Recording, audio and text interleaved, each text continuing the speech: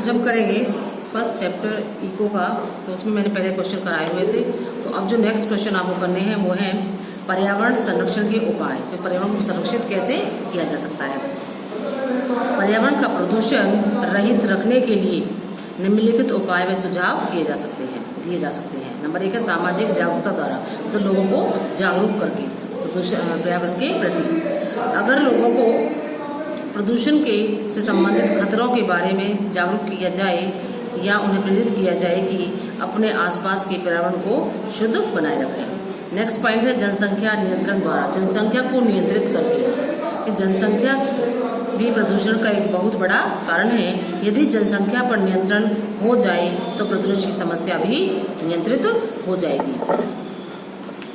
पर्यावरण संरक्षण कानून को अगर सख्ती से लागू किया जाए, जिसका उद्देश्य पर्यावरण की क्वालिटी में कमी नहीं होने देना है, तो पर्यावरण से संबंध को संरक्षित रखा जा सकता है। अगला है वृक्षारोपण द्वारा, वृक्षारोपण वृक्षों को रोपकर लगाकर। यदि प्रत्येक व्यक्ति अपने जीवन में एक एक वृक्ष भी लगाए, तब भी वनों की संख्या इतनी हो जाएगी कि पर्यावरण अवक्रमण एकदम संरक्षित हो जाएगा।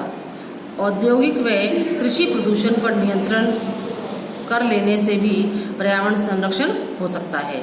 स्वच्छ जल का प्रबंध करने के लिए नदियों को साफ रखना होगा, जिससे जल प्रदूषण कम होगा। कूड़ा करकट को उचित जगह फेंकने व उसका सही ढंग से उपचार करने से भी पर्यावरण संरक्षण में सहायता मिलती है। अगला तो हो गया पर्यावरण संरक्षण के उपाय जो सुझाव दिए गए हैं। नेक्स्ट क्वेश्चन है आर्थिक विकास से आपका क्या अभिप्राय है। किसी भी देश के आर्थिक विकास को मापने के लिए किन मापक सूचकों का प्रयोग किया जाता है, व्याख्या कीजिए। किसी अर्थव्यवस्था की वास्तविक राष्ट्रीय आय में दीर्घकालीन वृद्धि ही आर्थिक विकास है। किसी देश के आर्थिक विकास को मापने के लिए प्राय राष्ट्रीय आय व प्रति व्यक्ति आय सूचकों का प्रयोग किया जाता है। सबसे पहले राष्ट्रीय आय एक देश के सामान्य निवासियों द्वारा एक लेखा वर्ष में उत्पादित अंतिम वस्तुओं एवं सेवाओं का जोड़ है। दूसरा है प्रति व्यक्ति आय, किसी देश की कुल आय को कुल जनसंख्या से भाग देकर जो आय प्राप्त होती है उसे औसत आय कहा जाता है। इसके अलावा कुछ और अन्य सूचक भी हो सकते हैं, जैसे शिशु मृत्यु दर पर, साक्षरता दर को बढ़ाकर निवल उपस्थिति अनुपात। शिशु मृत्यु दर किसी वर्ष में पैदा हुए 1000 जीवित बच्चों में से 1 वर्ष की आयु से पहले मर जाने वाले बच्चों का अनुपात दिखाती है। कि किसी वर्ष में जब 1 वर्ष में जो 1000 बच्चे पैदा हुए जीवित रहे, उनमें से 1 वर्ष की आयु से पहले मर जाने वाले बच्चों का क्या कहलाता है, वो शिशु मृत्यु दर। दूसरा है साक्षरता दर, 7 वर्ष और उससे अधिक आयु के लोगों में साक्षर जनसंख्या का अनुपात है। साक्षर होता है पढ़े लिखे लोगों का अनुपात। निवल उपस्थिति अनुपात, 10 वर्ष की आयु के स्कूल जाने वाले कुल बच्चों का उस आयु वर्ग के कुल बच्चों के 7% है। ये दूसरा क्वेश्चन। अगला है तीसरा, भारत के लोगों द्वारा ऊर्जा के कौन कौन से स्रोतों का प्रयोग रहता है, व्याख्या कीजिए। कौन से स्रोत हैं वो, ऊर्जा के नवीकरणीय गैर नवीकरणीय। मैं क्वेश्चन थोड़ा बड़ा करवा ही दिया था। नेक्स्ट है विकासशील अर्थव्यवस्था की व्याख्या कीजिए। विकासशील अर्थव्यवस्था को कम विकसित अर्थव्यवस्था भी कहा जाता है, क्योंकि वह अभी विकासशील है, विकास कर रही है, विकसित नहीं है, विकासशील है, तो इसको कम विकसित अर्थव्यवस्था भी कहा जाता है। ये वे देश होते हैं जिसका जीवन स्तर निम्न होता है। औद्योगिक आधार तथा मानव विकास सूचकांक भी निम्न होता है। इन देशों की प्रति व्यक्ति आय विकसित देशों की अपेक्षा कम होती है। ये देश कृषि पर आश्रित अधिक निर्भर होते हैं। ये देश कृषि पर अधिक निर्भर होते हैं तथा इनकी उत्पादन की तकनीकें काफ़ी पिछड़ी हुई होती हैं।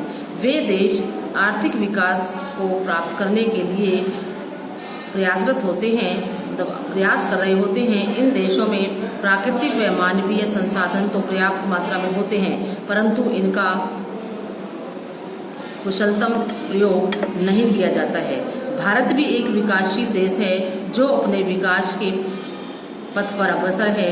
अभी भारत को विकसित देश बनने के लिए काफ़ी कुछ करना बाकी है। तो ये 3 क्वेश्चन आपको कॉपी पर करने हैं। तो ये हमारा सेकंड जो चैप्टर है वो पूरा हो गया। तो इसमें छोटे क्वेश्चन भी आपको ये करने हैं, जैसे धार्मिक धारणीय विकास। धारणीय विकास से अभिप्राय विकास की उस प्रक्रिया से है जो भावी पीढ़ी की आवश्यकताओं को पूरी करने की योग्यता को बिना कोई हानि पहुंचाए वर्तमान पीढ़ी की आवश्यकताओं को पूरा करते हैं। अगला क्वेश्चन देखो, जैसे आर्थिक विकास से अभिप्राय हमने किया था। आर्थिक विकास से अभिप्राय आर्थिक व्यवस्था में आर्थिक कल्याण में किए जाने वाले सुधारों से है। ये सुधार विशेष रूप से उन लोगों के लिए किए जाते हैं जिनकी आय न्यूनतम होती है, न्यूनतम मीन्स कम होती है, सबसे कम। इसके द्वारा निर्धनता, अशिक्षा, बीमारी तथा जल्दी मृत्यु की बुराइयों को दूर किया जाता है। गैर नवीकरणीय संसाधन से अभिप्राय गैर नवीकरणीय कौन से होते हैं? जिनकी पुनः पूर्ति नहीं की जा सकती, इनका हम अति उपयोग नहीं कर सकते। आर्थिक विकास का संबंध किस प्रकार की अर्थव्यवस्था से है? आर्थिक विकास का संबंध अल्प विकसित अर्थव्यवस्था से है। सौर ऊर्जा ऊर्जा का परंपरागत स्रोत है, गैर परंपरागत? कौन सा है सौर ऊर्जा? परंपरागत स्रोत है। UNDP की फुल फॉर्म क्या थी? United Nation Development Programme. HDI का full form Human Development Index. संसार के किस क्षेत्र में कच्चे तेल के भंडार सबसे अधिक है? किस क्षेत्र में? मैंने पहले भी बताया था, मध्य पूर्व देश में। ठीक है, ये क्वेश्चन आपको कॉपी पर भी करने हैं और याद भी करने हैं। इधर है राष्ट्रीय आय की परिभाषा किसे कहते हैं? राष्ट्रीय आय में बताया था, राष्ट्रीय आय से प्राप्त एक लेखा वर्ष में एक देश में उत्पादित सभी वस्तुओं एवं सेवाओं का जोड़ है, जिसमें विदेशों से साधन आय भी शामिल होती है। प्रति व्यक्ति आय किसी देश की राष्ट्रीय आय को उसकी कुल जनसंख्या से भाग देकर जो आय प्राप्त होती है उसे प्रति व्यक्ति आय कहते हैं। मानव विकास सूचकांक क्या है? मानव विकास सूचकांक मानव विकास के 3 मूलभूत पहलुओं के रूप में औसत उपलब्धियों का माप कराता है। यह मूलभूत पहलू हैं लंबा व स्वस्थ जीवन, ज्ञान एवं उच्च जीवन स्तर।